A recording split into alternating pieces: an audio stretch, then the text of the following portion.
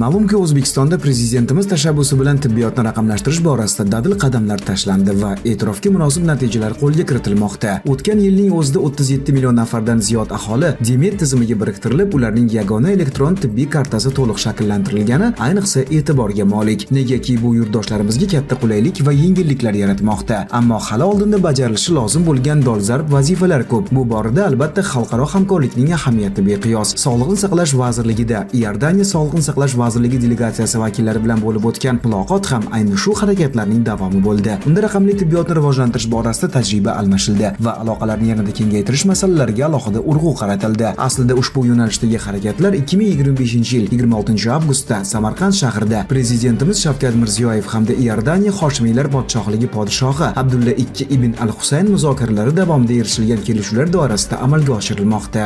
Vazirlik rahbariyati delegatsiyasi o'tgan yil sentyabr-oktyabr oylarida 2 marta Iordaniyaning Amman shahriga tashrif amalga oshirildi. O'sha tashrif davomida ikkita vazirlik o'rtasida 3 ta yo'nalish bo'yicha hamkorlik aloqalari yo'lga qo'yilgan. O'sha kelishuvlarni amaliy bosqichga olib chiqish maqsadida ular hozir Iordaniya Sog'liqni saqlash vazirligi delegatsiyasi, shu bilan bir qatorda Xperiya kompaniyasi, Nabit degan kompaniyasi va o'sha Iordaniya raqamli sog'liqni saqlash markazi delegatsiyasini O'zbekistonda tashrifi amalga oshirilmoqda.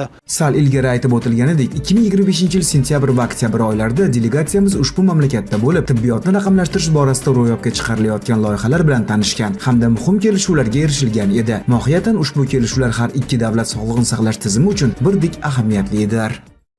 Ikki mamlakat yetakchilarining Samarqand muloqotidan keyin tibbiyotni raqamlashtirish yo'nalishidagi hamkorligimiz boshlab yuborildi. Xususan, hozirga qadar o'zbek mutaxassislari 2 marta bizning yurtimizda bo'ldi. Endi esa biz bu yerda o'zaro tajriba almashyapmiz. Ayniqsa teletibbiyot yo'nalishidagi hamkorligimizning istiqboli porloq deb o'ylayman. Bugun bizda bo'lganidek Iordaniyada ham tibbiyotni raqamlashtirishga alohida e'tibor qaratilmoqda. Ayniqsa teletibbiyotni yo'lga qo'yish bo'yicha yaxshi natijalar qo'lga kiritilgan. Bu mutaxassislarimizni qiziqtirishi tabiiydir. Iordaniyada ham bizga o'xshab yagona platforma yaratish ustida ishlangan va buni natijasida samaralarni bera boshlagan.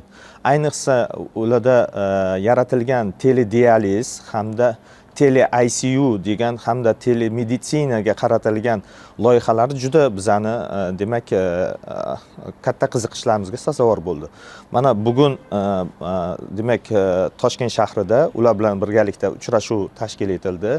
Ulardan kelishgan demak rahbarlar hamda mutaxassislar bilan muzokaralar olib boramiz. Tadbir davomida O'zbekistonda tibbiyotni raqamlashtirish borasida olib borilayotgan ishlar va qo'lga kiritilayotgan natijalar haqida ma'lumot berildi. Ayniqsa Demet tizimi va uning imkoniyatlari mehmonlarda yaxshi taassurot qoldirdi. Muloqot doirasida mehmonlar yagona integrator, O'zinfocom va poytaxtimiz va Samarqand viloyatidagi bir qator tibbiyot muassasalari faoliyati bilan ham tanishdi. Uchrashuvda yurtingizda tibbiyotni raqamlashtirish bo'yicha amalga oshirilayotgan sa'y-harakatlar haqida batafsil ma'lumot berildi. Teletibbiyot yo'nalishida ham ijobiy natijalar qo'lga kiritilgan. Bizda ham bu borada yaxshi tajribalar to'plangan. Shu ma'noda o'zaro hamkorligimiz yaqin istiqbolda o'z samarasini berishiga ishonamiz. Shunday qilib, Iordaniya bilan tibbiyotni raqamlashtirish borasidagi hamkorligimiz yangi amaliy bosqichga ko'tarilmoqda. Bu yaqin istiqbolda o'z samarasini berishi shubhasiz.